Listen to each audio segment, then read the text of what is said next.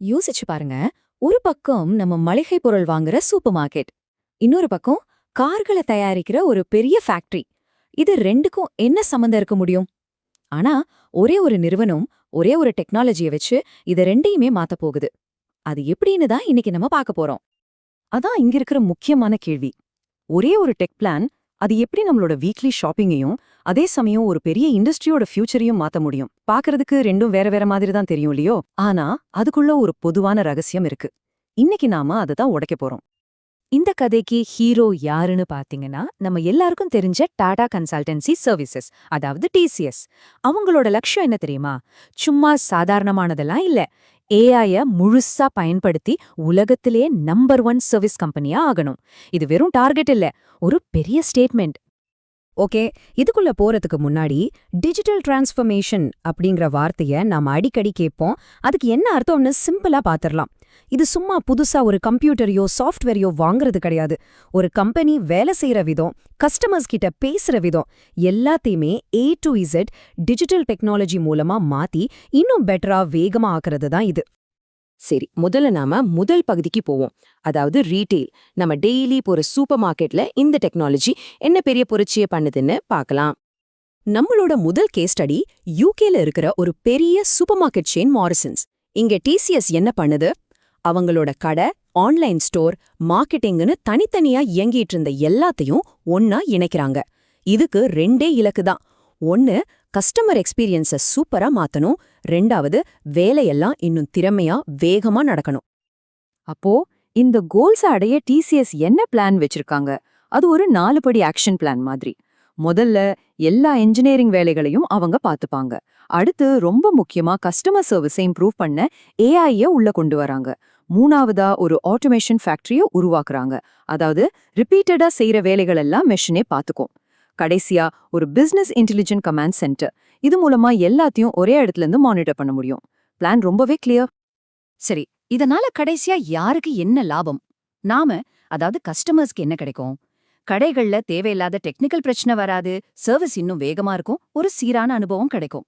அதே சமயம் மோரிசன்ஸ் கம்பெனிக்கு அவங்க வேலைகள் சுலபமாகும், புது புது டிஜிட்டல் ஆஃபர்ஸ் எல்லாம் வேகமா கொண்டு வர முடியும். இது ரெண்டு பேருக்குமே லாபம் தானே? ஒரு பெர்ஃபெக்ட் வின்-வின். நான் சும்மா சொல்லல. இதோ பாருங்க, மாரிசன்ஸ் கம்பெனியோட IT operations director Stuart O'Hara அவரே என்ன சொல்றாருன்னு கேளுங்க. டிசிஎஸோட நாலேஜ், அவங்களோட டெக்னிக்கல் ஸ்கில்ஸ், அப்புறம் எங்க கூட சேர்ந்து வேலை செஞ்ச விதம், இது எல்லாம் தான் இந்த பார்ட்னர்ஷிப்க்கு முக்கியமான காரணம்னு அவரே சொல்றாரு. இதை விட பெரிய சர்டிபிகேட் என்ன வேணும்? ஓகே, இப்ப நம்ம ஷாப்பிங் ட்ராலியை ஓரமா நிறுத்திட்டு அப்படியே கியரை மாத்தி ஒரு பெரிய கார் ஃபேக்டரிக்குள்ள போறோம். இங்க நாம பார்க்க போறது ரெண்டாவது பகுதி, சஸ்டைனபிலிட்டி. இங்க இருக்கிற சவால் முற்றிலும் வேற. நம்ம சுற்றுச்சூழலை எப்படி காப்பாத்துறதுங்கிறது தான். இதுல நம்ம முன்னாடி போறதுக்கு முன்னாடி ESG அனு ஒரு வார்த்தையை புரிஞ்சுக்கணும். Environment, social and governance. அதாவது ஒரு கம்பெனி சுற்றுப்புறத்துக்கு எந்த அளவுக்கு நல்லது பண்ணுது, சமூகத்துக்கு எவ்வளோ பொறுப்பா இருக்கு, அவங்களோட நிர்வாகம் எவ்வளோ சரியா இருக்குன்னு அளவிடுற ஒரு ஸ்கேல் மாதிரி தான் இது. இப்போ டிசிஎஸோட அடுத்த பார்ட்னர் யாருன்னா நம்ம டாடா மோட்டார்ஸ். இது ஒரு 5 வருஷ ப்ராஜெக்ட். இதோட முக்கிய வேலை என்னன்னா டாடா மோட்டார்ஸோட சஸ்டைனபிலிட்டி, அதாவது ESG டேட்டாவையெல்லாம் சேகரிச்சு ரிப்போர்ட் பண்றத ஆட்டோமேட் பண்றது. இதுக்காகவே பிரகிருத்தின்னு ஒரு பிளாட்ஃபார்மை கூட உருவாக்குறாங்க. இந்த ப்ராஜெக்ட் ஏன் இவ்ளோ முக்கியம்னு கேக்குறீங்களா? ஏன்னா டாடா மோட்டார்ஸோட இலக்குகள் ரொம்பவே பெருசு. யோசிச்சு பாருங்க, 2040க்குள்ள பேசஞ்சர் கார்களுக்கும் 2045க்குள்ள கமர்ஷியல் வண்டிகளுக்கும் நெட் ஜீரோ எமிஷன்ஸ் கொண்டு வரணும்னு டார்கெட் வச்சிருக்காங்க. அதாவது கார்பன் உமிழ்வே இருக்கக்கூடாது. இது ஒரு பெரிய மலை ஏற மாதிரி, அந்த மலைக்கு ஏணி மாதிரி தான் டிசிஎஸோட இந்த டெக்னாலஜி பயன்பட போகுது. இந்த சொல்யூஷனோட இதயம் இல்ல மூலன்னு கூட சொல்லலாம். அது டிசிஎஸோட இன்டெலிஜென்ட் அர்பன் எக்ஸ்சேஞ்ச், அதாவது IUX பிளாட்ஃபார்ம் தான். இது ஒரு AI சிஸ்டம். இது ஒரு சூப்பரான என்விரான்மெண்டல் டிடெக்டிவ் மாதிரி நினைச்சுக்கோங்க. ஃபேக்டரியோட ஒவ்வொரு மூலையில இருந்தும் ரியல் டைம்ல டேட்டாவை எடுத்து இங்க எனர்ஜி வேஸ்ட் ஆகுது, இங்க புகை அதிகமா வருதுன்னு உடனுக்குடனே கண்டுபிடிச்சு சொல்லிடும். இதனால டாடா மோட்டார்ஸ் உடனடியா ஆக்ஷன் எடுக்க முடியும். ஓகே, இப்போதான் நம்ம கிளைமேக்ஸ்க்கு வரும். ஒரு சூப்பர் மார்க்கெட், ஒரு கார் ஃபேக்டரி. இந்த 2 டீல்ஸையும் இணைக்கிற அந்த ஒரு விஷயம் என்ன?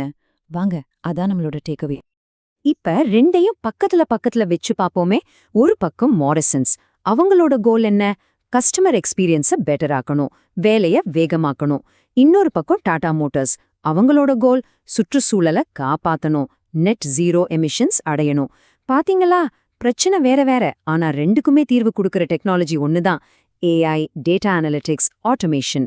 இதுதான் இங்க இருக்கிற மேஜிக், அந்த ஆஹா மொமெண்ட். அப்போ இதுல இருக்கிற காமன் த்ரெட் என்ன? விஷயம் ரொம்ப சிம்பிள்.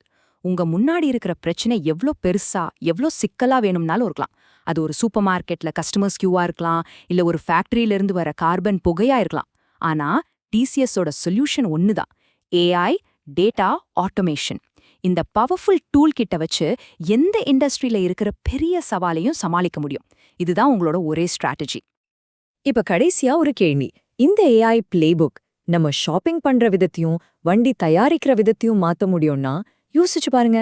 அடுத்ததா இது எந்த பெரிய குளோபல் சேலஞ்ச சரி பண்ணும்? அது ஹெல்த் கேரா இருக்குமா, கிளைமேட் சேஞ்சா இருக்குமா, இல்ல எஜுகேஷனா இருக்குமா? இதோட சாத்தியங்கள் எல்லையே இல்லாதது. நீங்க என்ன நினைக்கிறீங்க?